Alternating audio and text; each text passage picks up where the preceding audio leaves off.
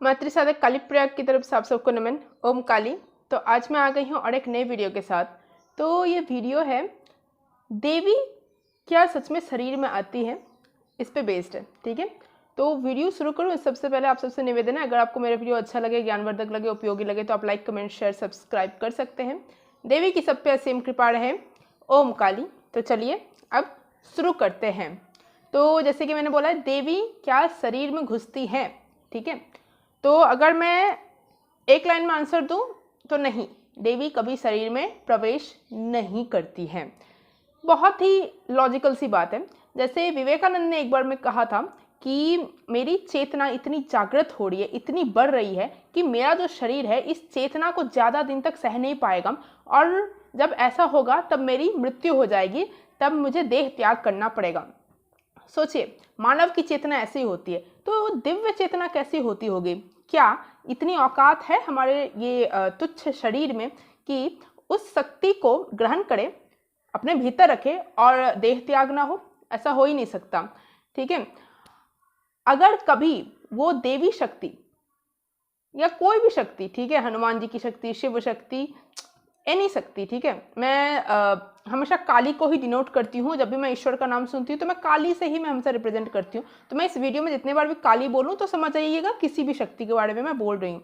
तो काली शक्ति इतनी तीव्र है, इतनी प्रचंड है कि अगर गलती से हमारे शरीर में प्रवेश कर भी गई, ठीक है, तो तत्क्षण कुंडलिनी शक्ति को जागृत कर देगी। उसी क्षण सुषुम्ना नाड़ी से हमारी कुंडलिनी शक्ति सहस्रार की तरफ आ जाएगी, उसी क्षण मिल जाएगी, मतलब सहस्रार में शिव के साथ मिल जाएगी, और उसी क्षण देह त्याग हो जाएगा, हमारी मृत्यु हो जाएगी। मृत्यु कहना यहाँ पर थोड़ा गलत होगा, मुझे बोलना चाहिए मोक्ष की प्राप्ति उसी क्षण हो जाएगी और हमारा देह का त्याग हो जाएगा। वो शक्ति इतनी तीव्र है, इतनी प्रचंड है कि हमारा शरीर ले ही नहीं सकता, किसी भी शक्ति को हमारा शरीर धारण नहीं कर सकता। पंच तत्व का जो हमारा शरीर है ये शक्ति को धारण नहीं कर सकता है, क्योंकि वो जो शक्ति है वो पंच तत्व से परे रहती है। पंच तत्व उसको क्या पकड़ेगा। ठीक है, तो शक्ति कभी शरीर में नहीं आती है। ठीक है, तो ये फिर क्यों बोला जाता है कि देवी शरीर में घुसती है। ये जो लोग मुंडिया नचाते हैं, फिर पर्चे खोलते हैं, क्या है इसका लॉजिक, तो उसी पे अभी चर्चा होगा। देखो, इस दुनिया में बहुत सारे लोग हैं, millions and millions of people हैं। ठीक है, तो इसमें से मैं भी एक हूँ। तो ऐसे बहुत सारे लोग होंगे जिनकी पर्सनैलिटी, जिनकी ऊर्जा मेरे आसपास मिलती जुलती होगी। कोई मेरे जैसा नहीं होगा, एग्जैक्टली मेरा कोई कॉपी नहीं होगा, लेकिन मेरे जैसा बहुत लोग होंगे, है ना। मान लो मेरे 100 ट्रेट्स हैं, ठीक है, उसमें से बहुत लोग ऐसे होंगे, कुछ लोग ऐसे होंगे जिनके साथ मेरा 90 ट्रेट्स मिलता होगा, 90 गुण मिलते होंगे, बाकी 10 नहीं मिलेंगे। ठीक है, ऐसा वैरी करता है लोगों के साथ। तो वैसे ही उस तीव्र शक्ति के साथ भी होती है, उस ऊर्जा के साथ भी होती है। ठीक है, काली एक प्रचंड शक्ति है। ठीक है, कोई भी ईश्वर एक प्रचंड शक्ति होता है, प्रचंड चेतना होती है। तो उस शक्ति के आसपास की जो शक्ति होती है, ठीक है, जिनको हम योगिनियां बोलते हैं, तो वो उस शक्ति के आसपास की शक्ति होती है। मतलब उनमें भी देवी के 90% गुण रहते हैं।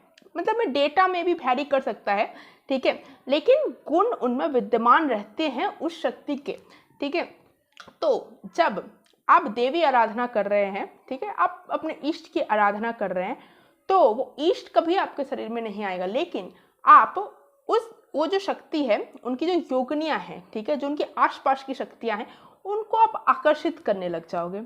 ठीक है, सिर्फ इतना ही नहीं, मान लो आप एक काली भक्त हो, ठीक है, तो आप दूसरे काली भक्त को भी आकर्षित करने लग जाओगे, क्योंकि उसकी ऊर्जा भी उससे तालमेल अब खाने लग जाती है।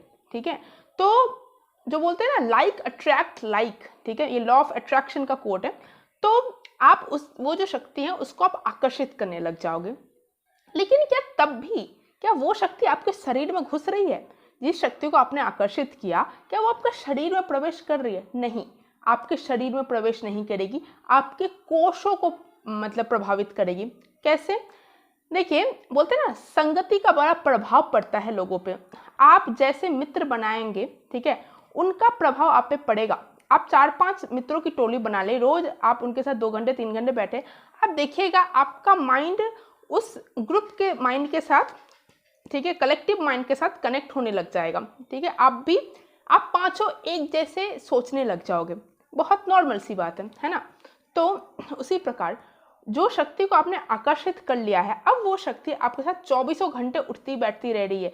आप सो भी रहे हो तो आपके पास है, आप बाथरूम में जा रहे हो तब भी पास है, ब्रश कर रहे हो पास है, पूजा कर रहे हो पास है, 24 घंटे अब आपने उसको आकर्षित कर लिया है, अब वो आपके आसपास ही रह रही। तो क्या उसकी शक्ति आपको प्रभावित नहीं करेगी? तो वो शक्ति जैसे सोचती है, उसका जो इंटेलेक्ट है, विजडम है, क्या वो अब आपके दिमाग में नहीं आएगा? आएगा। वो आपको प्रभावित करेगा, हर क्षण प्रभावित करेगा, और धीरे धीरे आप वही बन जाओगे। मतलब जिस शक्ति को आपने आकर्षित कर लिया है, उसकी बुद्धि और आपकी बुद्धि अब एक हो जाएगी। उसका जो पर्सनैलिटी है, आपका पर्सनैलिटी एक हो जाएगा। वो जैसे विचारधारा रखती है, आप भी वैसे विचारधारा रखने लग जाओगे।